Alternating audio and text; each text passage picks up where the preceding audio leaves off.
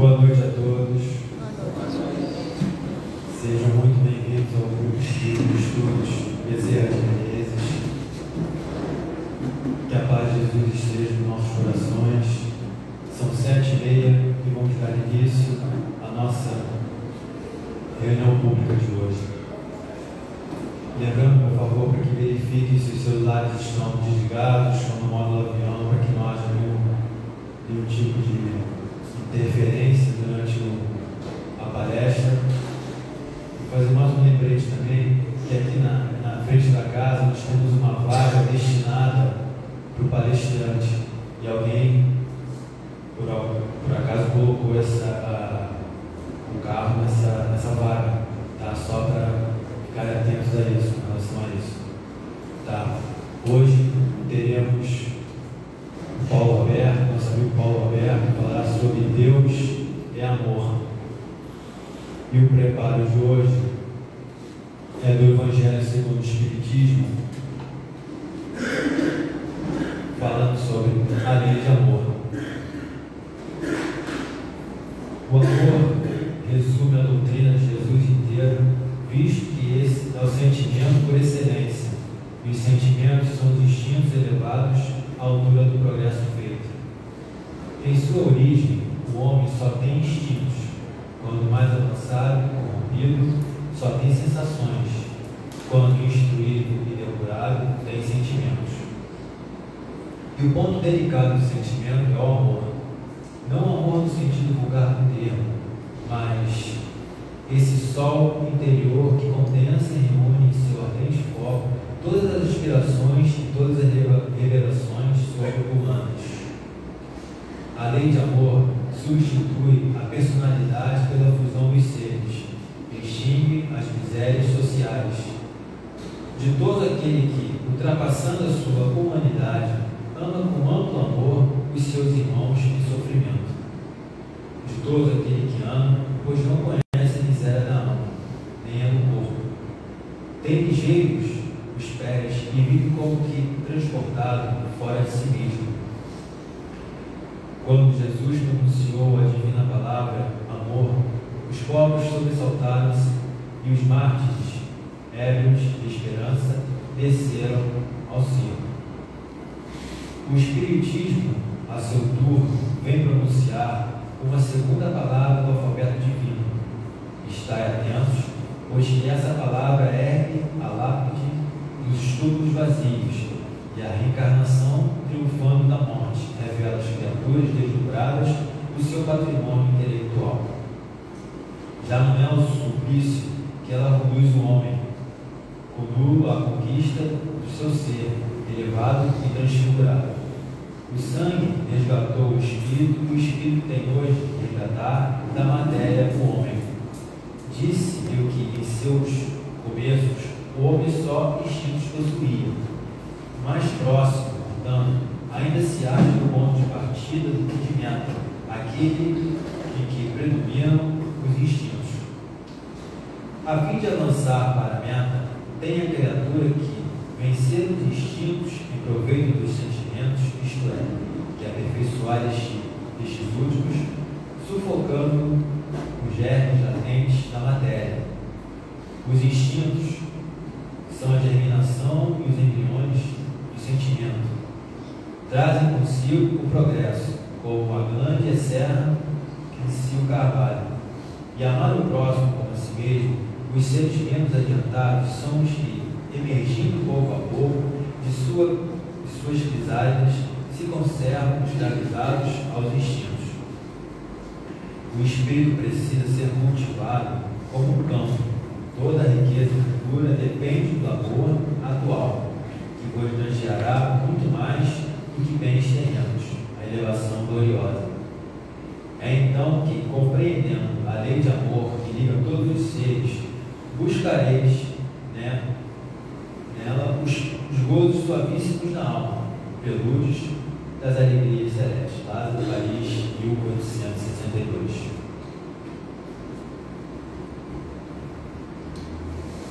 Então, irmãos, depois desse preparo, depois dessa harmonização, vamos elevar os nossos pensamentos, agradecendo a Jesus, nosso Mestre, a toda essa equipe espiritual de trabalhadores que preparou esse ambiente. Agradecer por estarmos aqui com essa oportunidade, reunidos,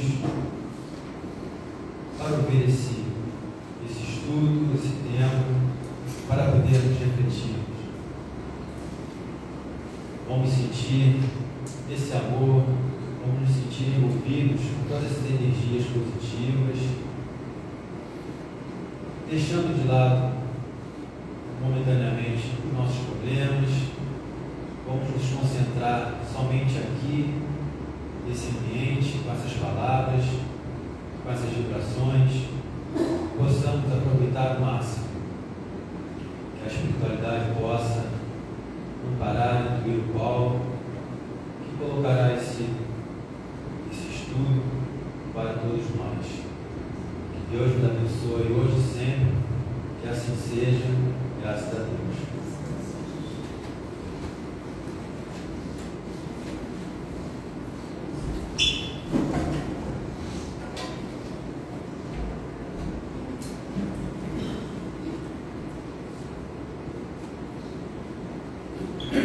Boa noite a todos. É sempre com muita apreensão, pode ter certeza, mais que vocês, né? A gente não vem falar de amor, né? Porque a gente não tem nenhum conhecimento. Nenhum é muita coisa, muito forte, né? Mas a gente não sabe exatamente o que é o amor ainda, né? A gente tem uma noção com a mãe, com os filhos. Eu acho que os trabalhadores daqui têm noção do que é o amor com o próprio cuidado, com a espiritualidade que tem com a gente. Sente muito forte o amor presente aqui com a gente, quem está mais ligado, não só os trabalhadores, mas quem está ligado com certeza sempre. Então a gente vai falar aqui de uma coisa que o João falou muito, né? Eu ouvi uma vez em algum lugar falar que João, né, no final da vida ele só falava isso: Deus é amor, não pregava mais nada, só pregava isso, ou seja, ele só pregava isso tudo, né, que é o essencial. E aí eu fui pegar isso lá, e daqui a pouco nós vamos ver onde é que está isso, e vamos falar dessa coisa que Deus é amor, que nem todos nós, incluindo eu aqui como falo, temos uma noção exata do que pode ser isso, né? A gente vai falar mais ou menos sobre o que a gente está compreendendo aqui. Bom, primeiro eu queria começar com uma coisa controversa, que é perguntar se Deus existe. É porque a gente está aqui, né, que a gente vai acreditar em Deus, ninguém é obrigado a acreditar em Deus, e não vai mudar o coração de ninguém isso, né? Ninguém vai ser melhor ou pior por não acreditar em Deus, tá? Nós vamos ser melhor ou pior se a gente estiver no caminho que Jesus trilhou. É claro que em algum momento, se a gente não acreditar hoje, no dia, se a gente estiver certinho, a gente vai acreditar, e isso vai ser útil para todos nós. Mas eu queria perguntar justamente para poder usar um texto aqui que eu achei muito pertinente, parece até que é contra o Espiritismo. Temos dúvidas ainda ou não? Então, para quem tem dúvida, eu vou ler uma coisa aqui que vai incentivar o pessoal que tem dúvida negativa. Então vamos lá, está aqui na Gênesis capítulo 1. Esse aqui é o texto da Gênesis que eu vou ler, é o texto maior que eu vou ler aqui. As obras ditas da natureza são produzidas por forças materiais que atuam mecanicamente em virtude das leis de atração e repulsão.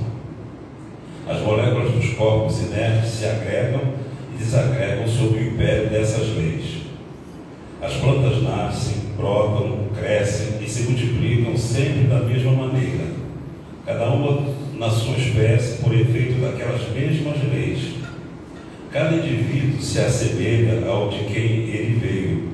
O crescimento, a floração, a frutificação e a coloração se acham subordinados às causas materiais, tais como o calor, a eletricidade, a luz, a umidade, e etc. O mesmo se dá com os animais. Os astros se formam pela atração molecular e se movem perpetuamente em suas órbitas por efeito de gravitação.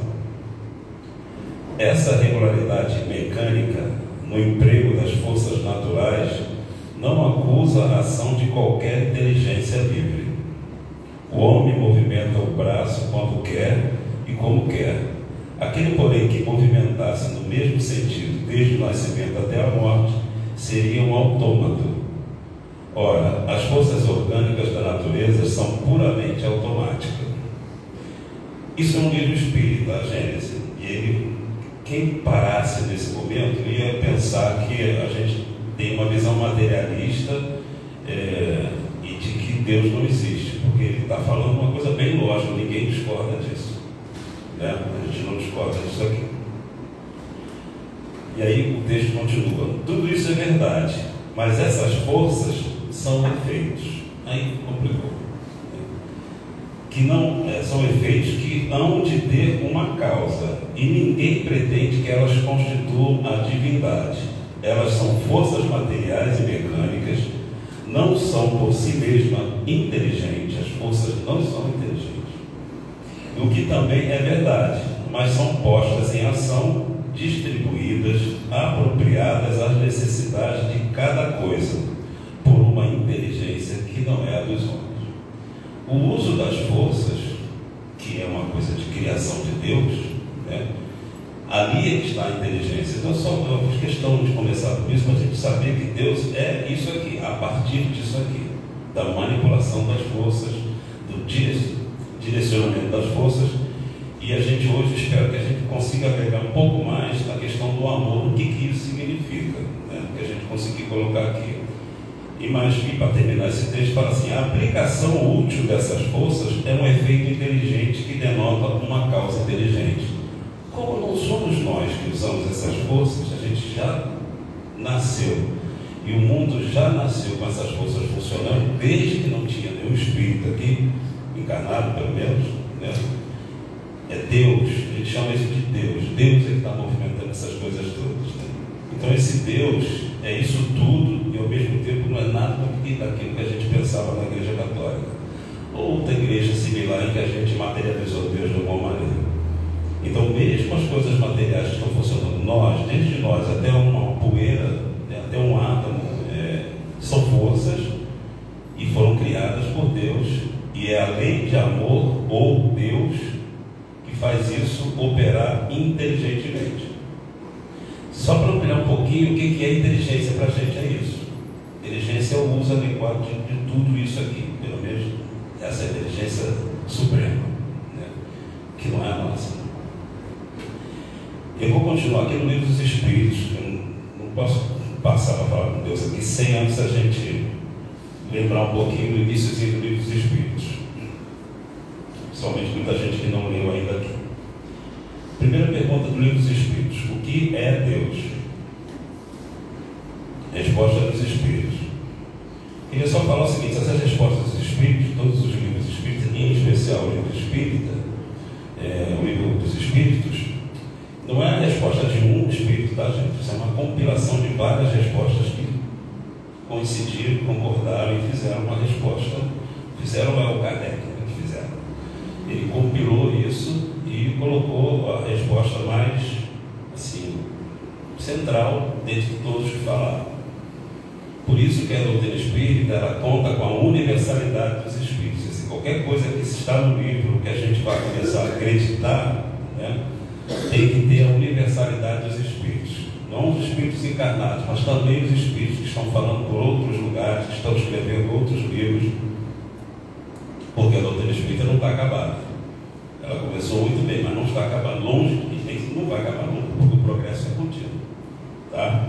Então, quem já fez os 5 livros pode começando a preparar a paciência para estudar um pouco mais, e muito mais. Agora que já sabe a base, vai estudar muito mais. Então a resposta é essa: Deus é a inteligência suprema, causa primária de todas as coisas. Então aquela inteligência que faz tudo funcionar, que faz as forças, que faz tudo estar fazendo a coisa certa no momento certo, essa é a inteligência suprema que a gente chama Deus. Ela é a causa primária de todas as coisas. A pergunta 4: onde se pode encontrar a prova da existência de Deus? A gente já conversou aqui, todo esse texto do início, que é o texto da Gênesis, fala disso. E a resposta é assim: num axioma que aplicais à vossa ciência, não há efeito sem causa. Então, qualquer efeito, alguém ou alguma coisa fez. E essa alguma coisa, não por acaso, hoje aqui no papo é Deus que está fazendo isso tudo. 5. Que dedução se pode tirar do sentimento instintivo que todos os homens trazem em si da existência de Deus? Por isso é uma coisa instintiva. A gente pode ter dúvida, pode ser ateu, mas qualquer ateu que esteja lá fora está falando assim, mas será que eu estou errado? A gente vai ter sempre a dúvida, né? Então essa é uma coisa instintiva. E aí Kardec perguntou como é que a gente já nasce com essa sensação de que tem alguma coisa chamada Deus ou alguns deuses, como foi lá no início, né? E a resposta é a seguinte: a de que Deus existe, pois de onde ele viria esse sentimento se não tivesse uma base? É ainda uma consequência do princípio, não há efeito sem causa. Então, se o efeito é você sentir que deve existir, é que tem uma causa. E essa causa é uma coisa por mais distante do seu entendimento ou do seu coração. Isso está fazendo com que você tenha essa dúvida lá ou acredite. Na pergunta 6 está assim: o sentimento íntimo que temos da existência de Deus não poderia ser fruto da educação? Pergunta muito boa de Kardec, né? Resultado de ideias adquiridas culturalmente, uma cidade, um país, uma família acredita nisso, e você já nasce dentro daquilo acreditando.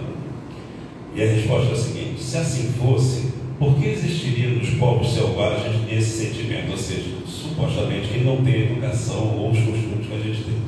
Essa resposta talvez seja um pouco preconceituosa, mas é diferente. Os selvagens, onde você estiver, tem sempre aquela coisa de que tem alguém acima da gente, porque a gente não consegue explicar. E começou assim: a gente não consegue explicar tudo, então tem alguém que está fazendo. E esse efeito de começar assim, se não sou eu alguém que está fazendo isso, é uma lógica bastante plausível dentro da inteligência suprema. É isso. E Deus atua assim também, lá no início, né? Falando no início de cada planeta primitivo, né? Na 10 fala assim: pode o homem compreender a natureza íntima de Deus? Aí é demais, né? Mas o Kardec perguntou justamente por isso, né? Não, falta-lhe para isso o sentido. Então, olha só, quando a gente começa a discutir a questão de Deus, é melhor a gente descer um pouco eu digo, quase nada, para Jesus. Vamos começar a entender Jesus, que é por isso que ele veio aqui, para ser uma referência, para a gente tirar essa coisa abstrata de Deus. Não é se afastar de Deus, mas tirar essa coisa muito mais abstrata, que é Deus, e tentar ficar explicando como é, como não é. A gente olha o que Deus fez, e aí sim a gente vai ficar um pouco mais sossegado para já descer para Jesus e começar a entender o que Jesus quis dizer para a gente. A nossa missão na Terra aqui não é esmiuçar Deus, não é a gente saber como é que é feito Deus. Só essa pergunta já é uma burrice danada nossa, né? Porque não tem, é diferente de tudo. Jesus sim já é mais palpável, porque Jesus é uma criação, Jesus é um irmão nosso. A gente pode esmiuçar lá como é que ele veio, como é que ele não veio, e a doutrina espírita vem fazendo isso. Que pouco importa também, o que importa é o que ele falou, ele veio aqui dar um recado para a gente. Se nós nos debruçarmos no recado dele, a gente já ganhou a vida, né? A criação, pelo menos nesse momento. E 11, será dado um dia ao homem compreender o mistério da divindade, quando não mais tiver o espírito obscurecido pela matéria. Quando pela sua perfeição se houver aproximado de Deus, ele o verá e compreenderá. Então, essa pessoa que vê Jesus, vê Deus, e ver Deus, gente, não é essa interpretação que a gente está falando, ver Deus com os olhos. Ver Deus é está ciente que ele está ali. Como eu sei que existe o Neil, porque eu estou vendo ele ali. Isso é para a gente, mas eu vou saber que Deus é um outro tipo de sentimento, que não é esse. Está faltando ainda sentimento para a gente sentir Deus. É isso que a gente está falando. Então a gente não precisa se preocupar também com essa explicação de forma de Deus ou o que é Deus. A inteligência suprema já está muito longa e a gente já não para de pensar toda vez que pensa nessa resposta. Bom, deixa eu colocar, vou falar aqui. Eu ia pular isso aqui, estava achando bobeira, mas vamos lá. O que é inteligência hoje, a definição de inteligência? Eu peguei e aproximei para a gente aqui, só para a gente saber o supremo, o que seria, né? Faculdade de conhecer, compreender, raciocinar, tirei raciocinar, mas acabei falando, raciocinar. Eu não posso dizer que Deus é uma inteligência que raciocina, raciocina para a gente, é coisa pequena. Mas faculdade de conhecer, compreender, pensar, interpretar, escolher mais adequadamente, memória, juízo, abstração, imaginação, concepção. É isso que é inteligência. Tira o raciocinar, porque Deus não raciocina, Deus erra. A lei é essa, o amor erra já. Não tem que se preocupar com isso. Bom, isso é a minha visão da gente, também não tenho capacidade de dizer se é isso. Então, na Gênesis vem corroborando com isso, vem falando assim: Deus é a inteligência suprema e soberana. Aí, para ser Deus, tem que ser isso tudo aqui, ó. Único. Se não fosse o único, tinham dois deuses, aí não seria mais Deus. Deus A e Deus B, não. Eterno, imutável. Deus não pode ser mutável, senão não há garantia nenhuma da criação. Imaterial, onipotente, soberanamente justo e bom, infinito em todas as perfeições. Compara essas várias definições ou atributos de Deus com o amor. Muito próximo disso aqui mesmo, no que a gente conhece de amor. Aí João fala lá em 1 João 4, versículo 7 e 8, e depois vou ler 1 João 4, versículo 15 e 16. Ele fala assim: amados, amemos uns aos outros, pois o amor procede de Deus. Aquele que ama é nascido de Deus e conhece a Deus. Quem não ama não conhece a Deus, porque Deus é amor. Então isso nasce daqui dessas falas dele. Se alguém confessa, isso é um outro versículo, se alguém confessa publicamente que Jesus é o Filho de Deus, Deus permanece nele e ele em Deus. Assim conhecemos o amor que Deus tem por nós e confiamos nesse amor. Deus é amor. Todo aquele que permanece no amor permanece em Deus e Deus nele. Então olha só, agora vamos tirar algumas conclusões e conversar aqui com os textos que eu puxei aqui. Se Deus é amor, o amor é a causa primária de todas as coisas, né? Vamos botar um crédito em João: Deus é amor. Se Deus é a causa primária de todas as coisas, o amor é a causa primária de todas as coisas. E aí a gente começa a ver como a gente está distante disso, né? Porque a gente sequer sabe amar esse. Mas ninguém está errado, porque isso é questão de competência para um nível evolutivo. O nosso nível evolutivo não vai conseguir amar como Jesus amou a gente, que é o terceiro mandamento. Ele tem dois mandamentos: amar ao próximo como a si mesmo, amar a Deus acima de todas as coisas, amar ao próximo como a si mesmo. E quando ele estava prestes a ir embora, ele falou assim: amem como eu vos amei, vocês serão conhecidos por muitos se amarem. Então esse amor que ele dedicou a gente não pode medir, mas o pouco que a gente tem de registro do amor dele, né, não é nem do amor, mas assim, dos atos que ele fez. Todos os atos de Jesus, aquilo é uma cara do amor. É isso que a gente tem que interpretar. Tudo que a gente lê sobre Jesus que ele fez com A, com B, com C, aquilo é amor. Isso é uma boa referência para a gente. Porque a gente não precisa sentir o que ele sentiu, porque a gente não consegue. Mas a gente pode tirar uma ideia do que ele fez e que aquilo é amor. Então vamos pegar algumas coisas. Não julgar. Primeira situação dele com aquela mulher que tinha dois namorados, né? Parece que a história é essa que a Amélia Rodrigues conta, que eu não li a Amélia Rodrigues, mas eu estou repetindo que eu já ouvi. E que ela tinha dois namorados. Isso era tal do adultério que estavam querendo condená-lo. Quando Jesus vai lá, ele não perdoa a mulher. Ele deixa que as próprias pessoas cheguem à conclusão que precisa perdoar.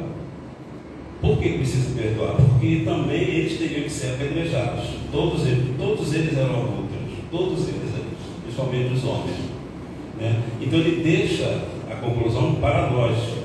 Dificilmente ele vai falar alguma coisa. Ele sempre, inteligentemente, vai deixar que a gente reflita e chegue à conclusão que ele quer que chegue, porque isso fixa mais, né? Então, perdoar é um ato de amor. Ele fez isso várias vezes, mesmo não estando falando assim: eu te perdoo. Ele falou só assim: vai, não peques mais. Vai, não arruma outra causa para o pessoal te julgar, ou você mesmo ser julgado e se ferrar toda. Então ele sempre estava dando os toques do que a gente precisava fazer e o que é o amor dele. Então, a gente viu que o amor dele é tolerância, mas também é rigidez. Onde é que Jesus foi rígido? Rígido no bom sentido, dá nervoso esse negócio de rigidez. Mas Jesus foi rígido aonde? Vocês que são expertos no Evangelho, onde é que foi que ele foi rígido? Hã? A gente só lembra dessa, né? Porque acho que é essa mesmo, né? Você também só lembra dessa. Se ele for rígido, eu não me recordo. Mas é no templo, né? Por que no templo? No templo estava claro, né? Não precisava que ninguém chegasse à conclusão. O lugar era para adorar a Deus, era para estudar. Os caras estudavam mesmo lá no templo, para adorar. E o cara está vendendo quinquilharias, barganhando com Deus, compra isso, leva isso, paga isso, né? E aí ele foi um pouco mais rígido. E isso eu acho que é ser intransigente, o que não é para ser transigente. Você não tem que transgredir as coisas, você não tem que deixar as coisas acontecer quando elas são capitais. Se ele veio amando do Pai, se ele veio pelo amor para provar que Deus é amor, agindo com amor, aquilo não tinha nada a ver com aquilo, era comércio, interesse só. Livros do Espírito corroboram com isso. A pior coisa que a gente tem é interesse próprio. E o interesse próprio tira a gente de qualquer caminho. Porque a gente sempre vai querer imediatismo a coisas nossas, né? Que a gente está querendo ali naquele momento. Bom, o texto que nós vemos é um texto já conhecido do Lázaro, lá do Evangelho segundo o Espiritismo, e ele vem discorrendo da evolução do amor, os momentos que ele passa, né? Os tipos de aspecto, né? E de função que o amor vai exercendo. Se Deus é amor, toda a criação dele é amor. Se a lei que rege o universo é o amor, porque é Deus que está regendo o universo, tudo é amor. Eu já falei, sempre gosto de falar aqui, só que eu não achei isso, ia procurar o lugar que eu não achei. Eu tenho certeza que André Luiz falou isso. Em algum livro que eu li, eu pensei que fosse um livro, não achei. Ele falou que as ligações moleculares, eu falei isso 300 vezes, mas acho tão bacana isso. A questão das ligações moleculares, isso já é o amor do magnetismo. Então, amor está em tudo, porque o amor tem uma característica: ele agrega, ele junta, ele une. Então, onde tiver isso aqui no universo, é o amor. E onde não tiver também, é o amor. Porque fora do amor não existe universo. Se Deus é a causa primária de tudo. Então, onde a gente não consegue enxergar o amor, tirando agora o átomo, todo mundo já sabe que é amor também, mas antes disso, ou fora de qualquer situação que a gente consiga anuir que aquilo é amor também, gente. Então, por isso que a gente não pode julgar, a gente não tem a mínima ideia do que é certo, do que é errado, do que é amor, do que não é amor, porque tudo que a gente está vendo é amor. A única coisa que não é amor são os nossos atos egoístas. Mas mesmo assim o amor deixa rolar. Ele não vai te embarrear para você fazer o mal, não vai. Porque você vai aprender que aquilo é ruim, né? Seja pelo sofrimento de alguém, seja o sofrimento de uma pessoa que você gosta, ou seja pelo seu próprio sofrimento. Aí você vai ver que aquilo não é bom, então a outra coisa que você deixou de fazer naquela hora é que é bom. A gente vai aprender por contraste sempre. Aliás, aqui no próprio Expiações a gente sempre aprende por contraste, né? Aí eu queria entrar nesse passeio do amor no universo, em particular aqui na Terra, que é o que a gente conhece mais ou menos, né? Então o amor acompanha a criação em todas as suas fases evolutivas. Então o amor é a própria lei de progresso. Estou copiando um pouco a Paola, que a Paola botou esse estudo, nossa, achei maravilhoso. O amor é a lei do progresso. Se tudo vai progredir e tudo é regido pelo amor, o amor é a lei do progresso. E todas as outras também, mas o progresso a gente vê porque é o que eu vou tocar aqui, a questão da progressão. Estou mais afeto com isso aqui agora. Automatismo, acabei de falar, molécula, né, essa parte mais mecânica, não tem um raciocínio, tem uma coisa repetitiva que tem que acontecer. Elétrons têm que ficar em volta do núcleo. E assim que vai ficar assim, porque existe um magnetismo, existe um início causado pela força que está ali impregnando aquilo ali e começou a não parar mais, né? Então, automatismo, magnetismo, eletricidade, uniões e criações necessárias. Tudo que for criado e for mecânico, porque aquilo é a base de alguma coisa que ainda vai crescer, aquilo já é amor, porque é Deus que está criando. Porque o homem não cria isso.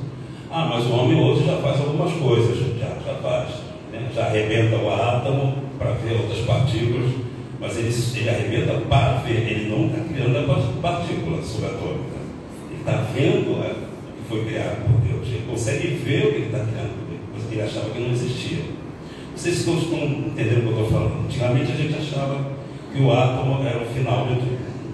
Antes de átomo não tinha nada. Hoje a gente já sabe que antes de átomo tem alguma coisa, antes tem outro, e vai parar isso algum dia? Não vai. Não vai parar.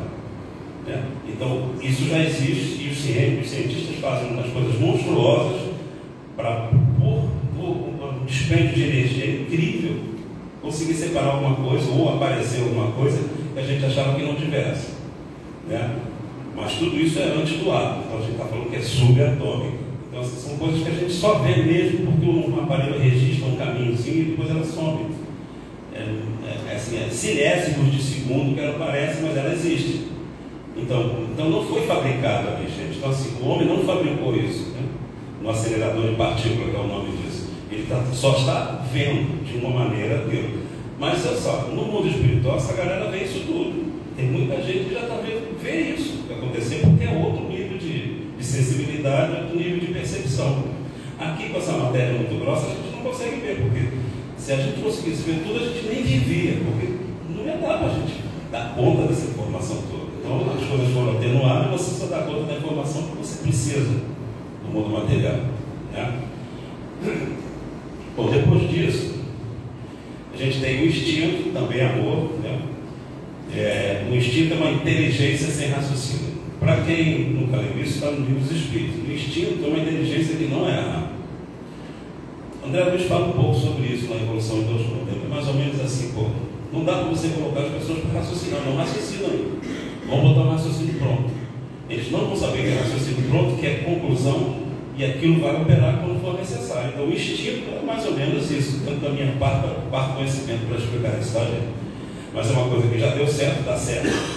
E você não precisa processar aquilo para chegar à conclusão que dá certo, porque senão você morre antes. Né? Os instintos estão ali como defesa nossa. Aquilo tem que agir mais rapidamente do que a velocidade que você teria para pensar. Como você não tem, você ainda está muito primitivo, coloca seu instinto. Então os animais só chegaram até hoje por conta do instinto, porque mataram. Então tem instinto de destruição, tem lei de destruição, tem instinto de destruição. É válido isso? Para ficar vivo. Então vocês veem que não existe mal nem bem, existe a adequação para a coisa. Nos animais a destruição é vital para eles. Se eles não destruírem o outro e comer, eles vão perecer, todos eles. Acontece que a gente foi mantendo isso que tínhamos interesse. Pegamos a inteligência, o psiquismo evoluiu e a gente continua matando por outros motivos, não para ficar vivo, mas por outro motivo. Não para se alimentar, mas por outro motivo. Esse é o nosso grande problema. O uso do instinto como se fossem animais, mas sem uso. O uso não é mais adequado. É esse instinto que a gente tem que dar uma acalmada nele. Nós vamos ficar sem instinto tão cedo não, porque a gente não dá conta de tudo. Então tem algumas coisas que vão funcionar. Então, por exemplo, às vezes você vai atravessar uma rua, você tem a impressão que o caminhão está vindo, você para. Aquilo também é um instinto. Você sentiu uma presença do caminhão pelo instinto. E parou, tudo para antes de você raciocinar. Acho que eu vou ter que parar. Pronto. Não acho, eu tenho que parar, senão você vai atropelar. Eu estou falando uma coisa bem grotesca, mas o instinto animal, acho que ilustra bem isso, né? Não dá tempo, então tem que ser automático, né? Esse instinto vai funcionando. Instinto de preservação misturado com o instinto de destruição é o nosso problema. O instinto de preservação sempre vai colocar a gente, estou falando como ser humano, né? Já não precisando muito disso, mas precisa de preservação sim. O instinto de preservação vai nos dar medo, a gente não se jogar, sair voando, achando que estava quase, sair, se jogar, e uma série de outras coisas. Então você tem que ter medo. O medo é um resultado do instinto de preservação. Mas o instinto de preservação vai fazer você trabalhar, para se alimentar em vez de caçar, né? Você tem uma família, proteger a família. você cuidar bem de uma casa, você aqui dirigir os trabalhos, por exemplo, aqui na casa você fazer, preservar o quê? Preservar a casa, preservar a intenção, preservar as pessoas. A preservação de uma maneira geral, é um instinto.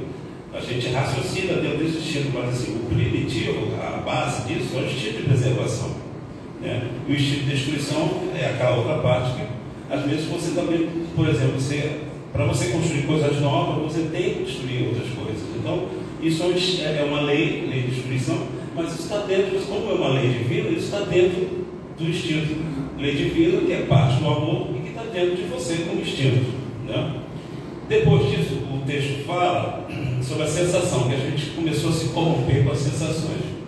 Né? E a sensação é uma coisa interessante, porque é aquela coisa também de reflexo, de instinto, mas foi aquele momento da sensação, que não é mais o instinto, então vamos pensar assim,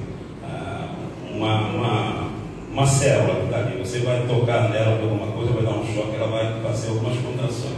Isso é um início de sensibilidade, mas é uma sensação primeiro. A sensação vai se transformar no que você sentiu ali. Às vezes você vai gostar do que você sentiu ali. E isso criou uma série de rompimento com a finalidade nossa, da sensação. E eu coloquei o pensamento, que não foi uma coisa ali, só para depois eu evoluir para o sentimento, que é o grande, é o principal tema desse momento. Então, assim, o pensamento, eu peguei um livro, que é um livro muito maneiro, tá? Esse aqui da Daniela Bezecri, o nome dele é Sentimentos, Valores e Espiritualidade. Não é um livro espírita, é um livro da Vozes, mas ela é espírita. Ela é psicóloga e homeopata. Eu peguei essas comparações porque isso aqui é ciência já. Esse livro dela está baseado no Damásio, que é um cara que estuda emoção e sentimentos há algum tempo, português. Ele é um dos papas dessa área da ciência. Então eu peguei para a gente ver em que ponto está aqui isso fora do espiritismo, mas dentro da ciência. E é claro que vai estar dentro do espiritismo também, porque o espiritismo é ciência. Então imagina uma coisa que está acontecendo. Aí o pensamento fala assim, a sensação diz que é algo, eu sinto. Eu tenho uma sensação, não sinto outra coisa não. Diz que tem algo ali acontecendo. Isso é a sensação. O pensamento dá nome a isso. Veja como são funções diferentes, né? O pensamento nomeia e conceitua, diz o que é. Então, antes, um conceito que é a sensação que foi antes do pensamento, ela sente que algo aconteceu. O pensamento dá nome àquilo ali, que é a parte intelectual. E o sentimento dá o valor. Achei interessante essa distinção. O sentimento dá o valor, qualifica aquilo que eu já dei nome, né? Determina o valor de algo. É uma função, veja bem, o sentimento é uma função racional, mas não é lógica. Interessante isso, mas a gente tem que aprender. Ele é racional, porque ele vai dar um valor a alguma coisa que já foi percebida. Então ele tem que ter essa percepção. Então é racional, mas não é lógica. Cada um vai dar o valor que quiser. Por isso que não é lógica. É uma coisa subjetiva. Cada um vai dar um sentimento de acordo com a sua vivência, com a sua experiência. Isso é que é o grande problema do autoconhecimento, né? A gente está nessa fase de fala do autoconhecimento, faz meditação, vai no psicólogo. Essa dificuldade, a gente está entrando numa necessidade de autoconhecer, sempre tivemos, mas de se autoconhecer muito, mas a gente não tem ideia de como funciona o sentimento dentro da gente, e que nome tem. Então a gente vai precisar primeiro identificar isso tudo e paralelamente vendo o que é. Por isso que é subjetivo, por isso que não é racional. O sentimento é uma função de relação com algo. Ele nasce de uma relação sua, teu espírito, com alguma coisa, seja externa, seja interna. Para que ele é uma função de relação com algo, para que esse algo surja para você.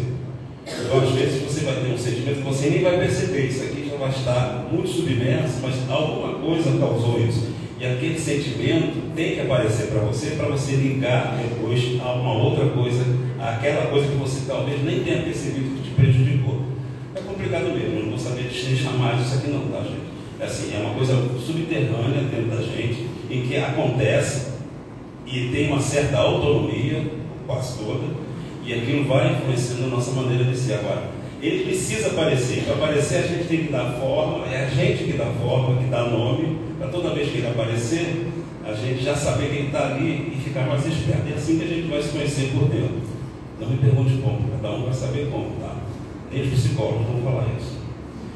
Ele gera rejeição ou aceitação, a gente já viu. Muitos de nós estamos rejeitando a nós mesmos. É isso tudo que está acontecendo por dentro, né? E da aceitação também. Então a gente vai precisar conhecer isso, dar nome, perceber que existe e que está fazendo está ocupando algum espaço dentro da gente. Veja como é complicado ser gente. Por isso que ele está vindo. Não é a última coisa, imagina. Jesus não tem esse problema, mas atingir um outro nível que a gente não sabe nem dar nome aqui. Mas esse nível do sentimento é complicado. A gente está atingindo agora, né? Interfere no nosso comportamento, e tem certa autonomia. Então às vezes você briga, xinga, toma decisões assim, depois você nem entende porque você tomou aquela decisão. Todos esses seus sentimentos que estão ali, você não estava percebendo, ele sai como uma ação intempestiva sua, que de repente você nem sabia que ia te fazer mal. Hoje você vai ver. E aí você vai ter que descobrir esse sentimento, como eu estava falando, dar nome e perceber para ele aparecer, porque quando ele não aparecer, você vai achar que você é assim mesmo. O mundo é muito mal, né? E você é uma vítima. Então tomar cuidado com isso, gente. Ele tem caráter subjetivo, já falei. Ele revela o nosso mundo interior, claro, como a gente é, não só a mente, mas o corpo também, porque o corpo somatiza, tem alguma coisa que a gente tem na mente, às vezes, e se não der trato, vai aparecendo as doenças. O câncer é um bom exemplo para isso, mas tem outro, né? Esse sentimento é uma imagem dinâmica, ou seja, ele tem uma imagem dinâmica porque ele tem uma imagem. Enquanto você não sabe qual a imagem que ele tem para você, você só tem a saída para o público ou para a pessoa que está interrelacionando com você, ele não tem imagem, mas ele vai mudando a imagem. Por que ele vai mudando a imagem? Porque não só um estímulo vai fazer, mas outros estímulos vão começar a mascarar aquilo. Então aquela imagem vai mudando se você não se apercebe. Uma coisa que não fazia tanto mal, um estímulo externo, né? Um tipo de bronco, um tipo de cheiro, um tipo de qualquer coisa. E aquele sentimento vai aparecer de novo e já mudou a forma, porque não é só com aquela coisa que te deu a primeira noção, tem outras coisas que estão causando, então começa a misturar. Outra coisa que ela fala aqui que é interessante, a vivência consciente é diferente de emoção. Então a emoção é uma coisa que você não governa, está embutido nessa coisa de você ter um repente. Mas a elaboração daquilo, quando você começa a pensar naquilo e saber alguma coisa sobre ela, ter um conhecimento sobre uma emoção que foi feita por você, mas é só com você só, não é com os outros não. Aquilo vira um sentimento, ou pode virar um sentimento. Então assim, emoção é descontrole, sentimento já é mais ligado no que pode ser dar nome, aquela coisa de dar nome. O dar nome aqui não é só do pensamento, como eu falei, dá nome porque você vai saber que valor você vai dar àquela emoção. E ao dar o valor, você já nomeou e já deu uma cara para ela. Eu estou mostrando isso tudo que é complicado mesmo, né? E está fugindo até um pouco do normal que a gente fala aqui, para vocês verem que a gente precisa de auxílio, né? A gente precisa de psicólogo. Que a gente não domina isso. Os psicólogos dominam parte e a gente vai precisar se conhecer. Por que eu estou falando isso? Porque nessa fase que a gente está, o autoconhecimento que vai mostrar a gente se a gente está pronto para a próxima fase. A próxima fase da Terra é a regeneração. E lá na regeneração não estarão as pessoas que já têm autoconhecimento pronto, não é isso. São as pessoas que dão valor, veem o valor nisso e querem aprofundar isso. Porque é essencial que a gente se conheça. Porque a gente chegou num nível que o material está ficando cada vez mais distante. Vocês estão percebendo. Antes a gente tinha muita ligação com a parte biológica. Tudo era muito biológico. Agora a gente está entrando, batendo na cabeça e no coração. E a gente não conhece isso. Tem alguém que já estudou? Psicólogo, psiquiatra, né? Estudou. Espiritualidade aqui sempre estuda. A gente na casa espírita também está fazendo isso. Porque isso é alma. A gente está falando da alma. O espiritismo é cuidar da alma, cuidar do espírito. Então está tudo junto. A gente precisa dar um certo valor a isso. E depois, a última, a excelência do sentimento, que é isso que a gente estava falando, é o amor. Eu coloquei aqui que o amor é uma coisa de consciência.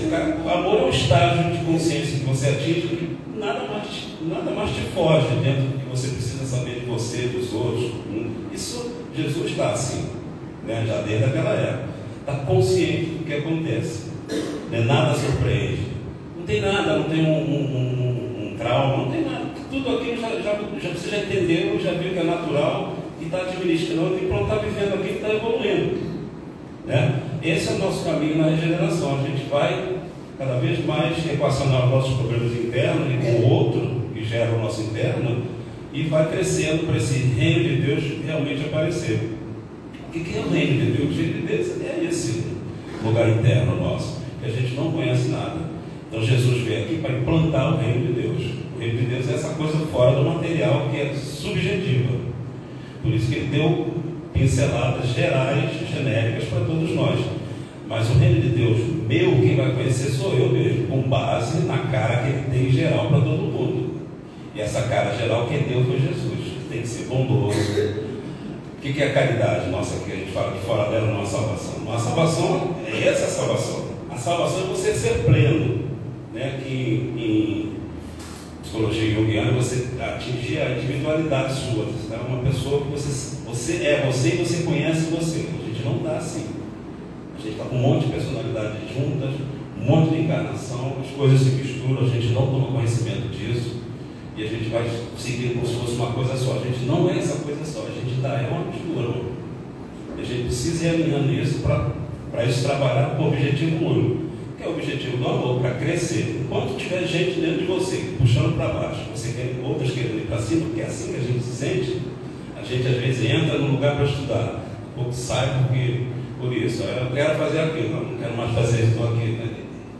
Essas dúvidas todas, esses são os nossos conflitos que a gente precisa resolver. Não vamos resolver nessa encarnação, mas a gente precisa tomar uma decisão com relação a isso, para chegar a amar, que essa é a plenitude desse sentimento, é o amor.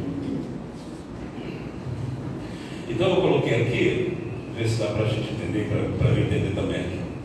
Evolução é um local do caminho em que nós nos encontramos com distâncias variáveis entre biológico e psicológico. Ou seja, isso é evolução. O nível de evolução nosso é o quanto a gente está distante do biológico, que está ligado a essa matéria nossa, e mais próximo do psicológico, que é esse reino de Deus, de outras palavras, né, que está dentro da gente. Onde você estiver nesse caminho, você vai estar mais ou menos evoluído. Para chegar a anjo, você está completamente fora do biológico, não vai precisar mais de corpo biológico, você vai precisar de você, o seu corpo espiritual e pleno, né?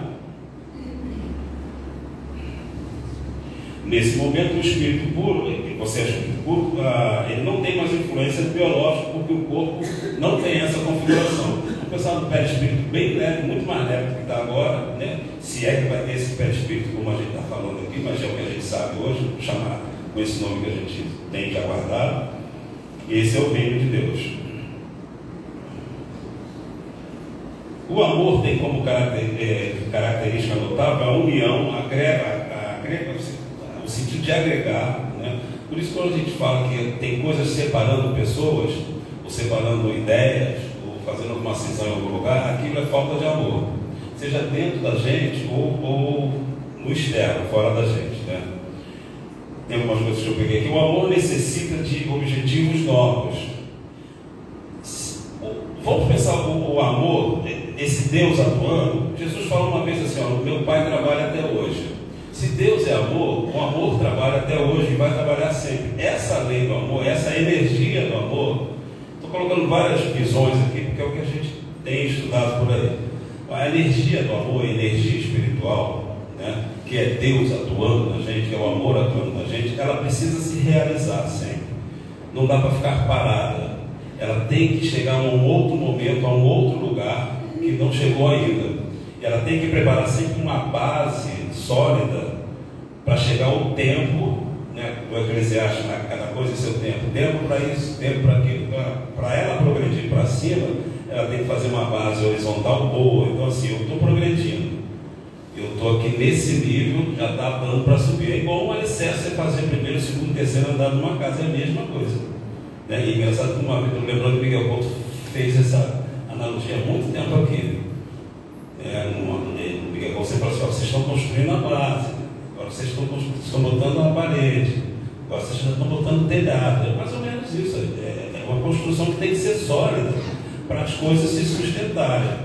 Né? Então o amor, Deus, essa energia espiritual ou energia do amor, ela precisa estar construindo coisas sólidas. Se não está, vai vir algum revés, alguma coisa que você vai ter que refazer tudo, ou refazer parte e voltar para fazer a base. Enquanto essa base não estiver pronta, você não sobe de nível.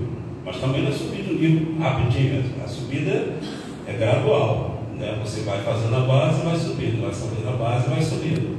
Isso chama a evolução para cima. E aqui embaixo passa mudança de atitude só. Para cima tem mudança de atitude, mas são níveis mais energéticos mais altos, que eu não domino nem vou falar aqui. Tá? Mas essa energia precisa desse movimento. Ela não suporta que nós estejamos como espírito parados, estagnados, insatisfeitos numa posição. E a gente sente isso quando a gente acha que a vida está vazia. É isso, a gente está sentindo que está tudo parado, a energia está parada com a gente não está vendo nenhuma coisa. A gente tem que ter sempre um objetivo.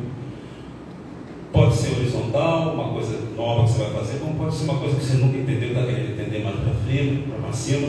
E a doutrina espírita tem essas vantagens, porque aqui a gente tem sempre algumas coisas novas aparecendo. Não estou falando aqui na casa, estou falando o movimento, né? E toda essa cultura espírita, né?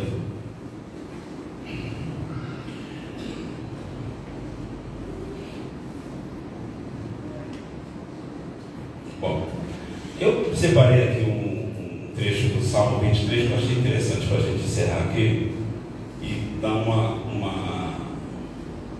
refletida com relação a tudo que a gente está vendo aqui, pelo menos a parte que a gente entendeu. Né? Salmo 23 fala assim, é bem conhecido, né? É a primeira vez que eu pego aqui, assim, o Senhor é meu pastor, nada me faltará. Deitar-me faz em verdes pastos, guia-me mansamente a águas tranquilas, refrigera a minha alma, guia-me pelas veredas da justiça, por amor do seu nome. Ainda que eu andasse pelo vale da sombra da morte, não temeria mal algum, porque tu estás comigo. A tua vara e o teu cajado me consolam. Preparas uma mesa perante mim, na presença dos meus inimigos. Unges a minha cabeça com óleo, o meu cálice transborda. Certamente que a bondade e a misericórdia me seguirão todos os dias da minha vida, e habitarei na casa do Senhor por longos dias. Eu fiz algumas reflexões com relação a isso, somente quando ele fala, o Senhor é meu pastor e nada me faltará. Gente, se a gente é feito da inteligência suprema, causa primária de todas as coisas, vamos entender Senhor como essa inteligência vigorando em nós. Aonde que ela vigora em nós? O psicólogo vai falar que é dentro do self, nós vamos falar, pode ser self, mas pode ser também o Deus interno, o Cristo interno, Deus. Então, olhando por esse prisma, Deus não está fora, Deus está dentro da gente também. Também não sei se é o termo apropriado, porque Deus está em algum lugar, em qualquer lugar. Não tem essa coisa temporal, nem localização, é não local, digamos assim, na linguagem, né, quântica da coisa. Ele está dentro da gente, fazendo as coisas acontecerem do jeito que ele precisa, porque ele é inteligência suprema. Não vai faltar nada. Só falta quando você interfere muito vivazmente com a sua vontade, empedernido lá, quer uma coisa, e nem está olhando para o que Deus está te falando. Mas Deus é a consciência dentro da gente. Como é que a gente vai perceber que o caminho está errado? Isso a gente já fala há algum tempo. É a consciência. Vai lá e pensa direitinho. Sempre você vai ouvir alguma coisa. Vai ouvir mesmo uma voz dentro de você. Né? Então nada faltará. O Senhor é o pastor. A lei está funcionando dentro de você, funcionando no universo todo. Ela sabe o que é necessário para cada um, para cada lugar, para cada ponto do universo. Dentro de você, principalmente, porque você é uma estrutura assim, portentosa, você é uma inteligência que está ali. Você não é mais uma coisa que não tem inteligência dentro daqueles níveis que a gente estava falando. Você é um espírito, precisa crescer, já está consciente, precisa crescer, e ele vai ajudar. Jesus falou isso, quanto nós vamos ajudar, ou quanto mais, ele falou, nós vamos ajudar. Ele falou, aquele que tem muito, muito mais se dará. Porque quem tem mais condição de gerir a sua vida, Deus, esse amor, essa lei dentro da gente, vai suprir cada vez mais, porque vai ter mais recursos. Você vai compreender mais coisas. Então você vai ter uma abundância de coisas gerindo a sua vida. Então você pode estar numa maior dificuldade do mundo, que as coisas vão se resolver porque tem uma força suprema, uma inteligência suprema aqui dentro de você gerindo isso. É só você se conectar com isso. Deitar-me em verdes pastos, guia-me mansamente a águas tranquilas. Ele vai levar a gente para uma água tranquila. A gente não vai ficar nessa revolução o tempo todo. O amor vai fazer isso, porque ele é agregador. Ele quer que você compartilhe das pessoas que estão felizes lá. Então ele vai levar você para esse lugar. Refrigera minha alma, guia-me pelas veredas da justiça. Você não vai sofrer injustiça, porque ninguém sofre injustiça, cá para nós, né? Se Deus existe, não existe injustiça no mundo. Existem pessoas equivocadas que estão cometendo coisas e acham que aquilo é justiça. Mas quem está sofrendo não está sendo injustiçado, porque existe a lei de ação e reação, que é a lei de amor também. A gente não pode fugir da lei do amor, tudo é lei do amor. Mas para baixo ele falou aqui, preparas uma mesa perante mim na presença dos meus inimigos. Eu interpretei isso na presença dos meus inimigos internos. Se eu fizer autoconhecimento, eu vou cada vez mais participar dessa mesa em que eu vou reconhecer os meus inimigos internos. Meu orgulho, meu medo, o excesso de coisas, o excesso de senões, de privações que eu mesmo estou me impondo, né? Deus vai fazer isso contigo, porque você está disposto. Porque ele respeita uma coisa, livre-arbítrio. Se você não está querendo, não vai acontecer. Porque isso está acima, não está acima de Deus, porque o livre-arbítrio também é amor. Mas ele respeita muito mais do que qualquer outra coisa, que é o seu livre-arbítrio. Então, o livre-arbítrio, a gente precisa tocar muito a nossa maneira de ver o mundo, o universo. O livre-arbítrio está sempre errando um pouco, né? Porque ninguém vai acertar tudo, mas pelo menos errar um pouquinho só. É isso. Bom, e é o seguinte: se isso tudo for verdade, como agora vamos voltar ao início, se isso for verdade, eu acredito. Eu não acredito, gente, eu sei que é. A gente sabe que é também. Quando a gente vai vendo as coisas, vai lendo e vai prestando atenção no entorno, você não acredita, mas você sabe que é. Você pode até não saber explicar completamente, intelectualmente, mas sentir, você sente. Você não vai dar nome, mas é uma confiança que vai aparecendo. O nome disso eu acho que é fé. Essa confiança que tudo está corroborando para que você se dê bem, né? E a gente não pode esquecer que Jesus falou que ele e o Pai eram uma coisa só.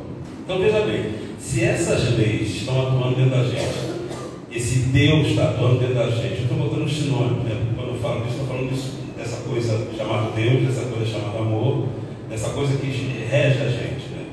Se isso está dentro da gente, a gente não consegue ter confiança plena, não consegue ter fé, a gente vai chegar ao estado de Jesus. Ele e o Pai é um só. Ou seja, ele não vai ter dúvida mais de que isso aconteça. Você percebe como é diferente você saber que acontece? Não estou falando da gente aqui não. Mesmo quem sabe, como eu, não está perigoso também. Não é isso não. Eu sei porque eu sei. Mas daqui a pouco acontece uma coisa muito ruim para mim. Esse saber pode balançar. É diferente de você acreditar, que eu não estou dizendo junto do mas também o espiritismo, acreditei no espiritismo, vou para outro lugar. Não é isso, né? As doutrinas, as religiões, as filosofias não vão se adaptar à sua maneira de ver. Não vão, você tem que se adaptar e ver, porque todas elas são verdadeiras. Qualquer religião é verdadeira, qualquer filosofia é verdadeira, desde que você cresça com ela. Então não é porque você está lá soberbado e ruim que você vai abandonar. Então, quando você for um pai igual a Jesus, vai ser como tiver no espírito puro, a gente vai perceber isso tudo com mais nitidez. Tudo isso vai ser uma vivência. Ou seja, vai ser como se a gente soubesse que aqui nós estamos numa reunião pública. Ninguém precisa falar para a gente que a gente está na reunião pública, a gente está sentindo isso. Já conhecemos isso, né? Precisamos verbalizar isso. A gente sabe que a gente está aqui. Então eu acho que é isso, né? Eu acho que Deus é esse amor.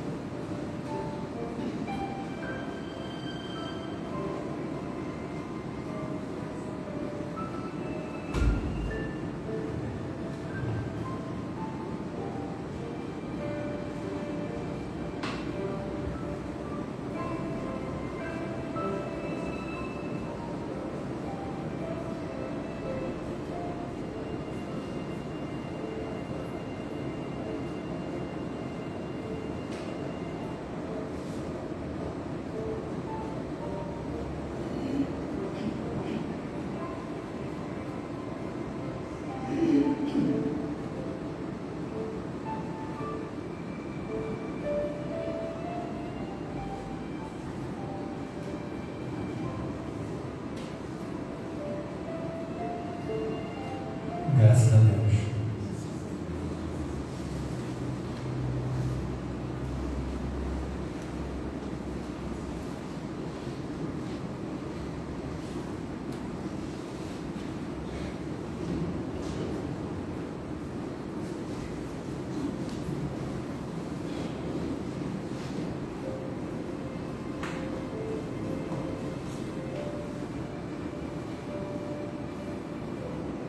Então, irmãos, aproveitando esse momento, essas ligações, os pensamentos elevados, vamos agradecer ao Mestre Jesus por mais um dia de estudo, de reflexão, agradecer a toda essa espiritualidade amiga, trabalhadores, benfeitores desta casa, que prepararam esse ambiente para que esse estudo pudesse ser realizado.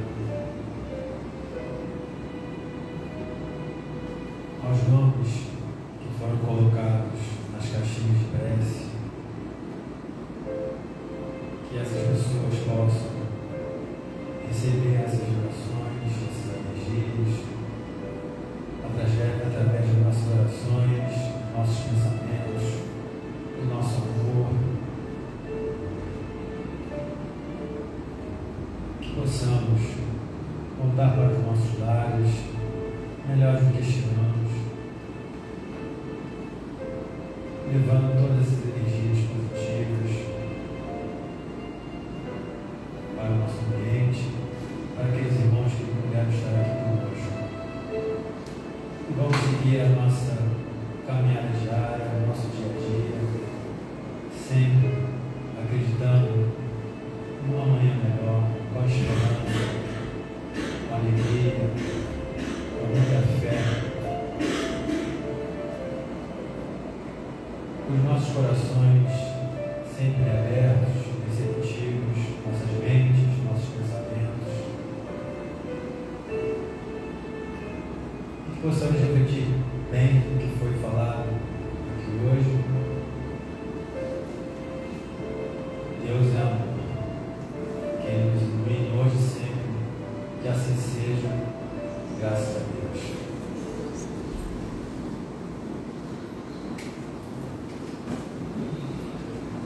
E como toda